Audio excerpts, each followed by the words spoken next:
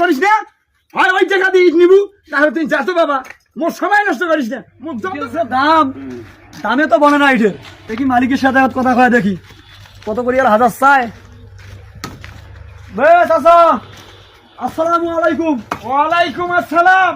চাচা ভালো আছেন? হ্যাঁ আল্লাহ পাক রাখছে, ভালো আছি। তো বাবা তোমরা কেমন আছেন? আছি চাচা, ভালো আছি। কতদূর থেকে আসছেন বাবা মোর ভাড়া? চাচা আমার বাড়ি বেশি দূর নয়, আমার বাড়ি হলো উলিপুর। উলিপুর চেনেন? হ্যাঁ চিনি।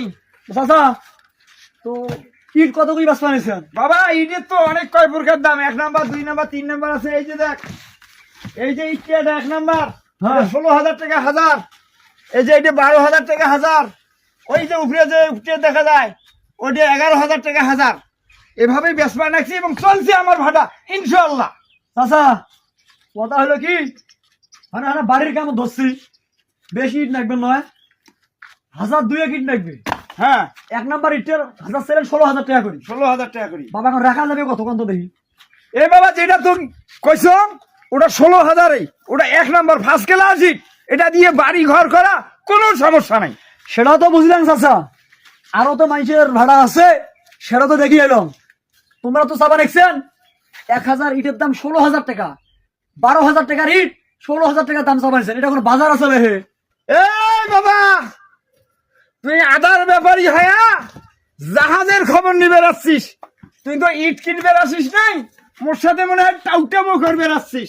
আর ইট কিনবে আলে ভালো কথাটাই কলু হয়।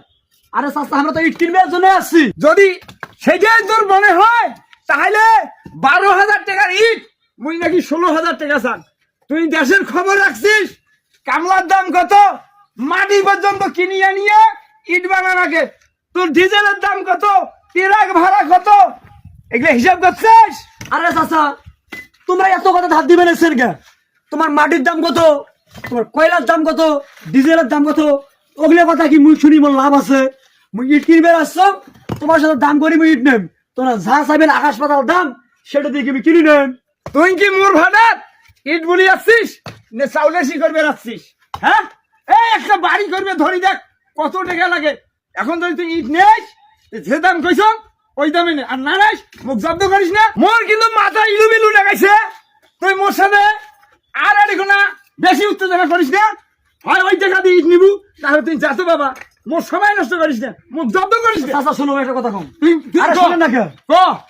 একদম একবার কম, যদি ইয়েতে দেন ইট তাহলে দিবেন 2,000 নিয়ে যান, আজ না দেন তাহলে মুই তোমার সাথে কাজিও করবে আসো নাই, কেসালও করবে আসো নাই।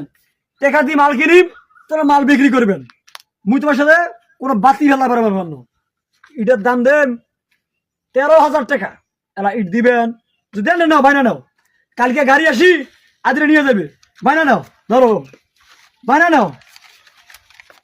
এই যে একটা বাইনা দিছ 300 টাকা বাইনা দিছ, 13,000 টাকা 300 বাইনা দিছ, আর দিলে 12,700 টাকা দিয়ে আর কি নিয়ে যান। ধরো হ্যাঁ ও শালি মন্দির বেটা, তোর টেকা পাকে পাকে চলে দে। ইট তো কিনবে আসিস নাই, 13,000 টাকা, 13,000 টাকা ইট পাওয়া যায়।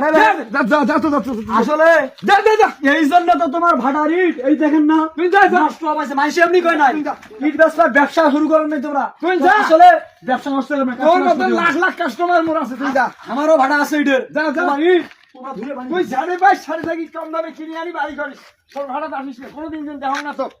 শালি মন্দির বেটা ইট কিনবে যাচ্ছে, বাল কামাকে নাই 2 টাকা ধরিয়ে তবিল ধরিয়ে।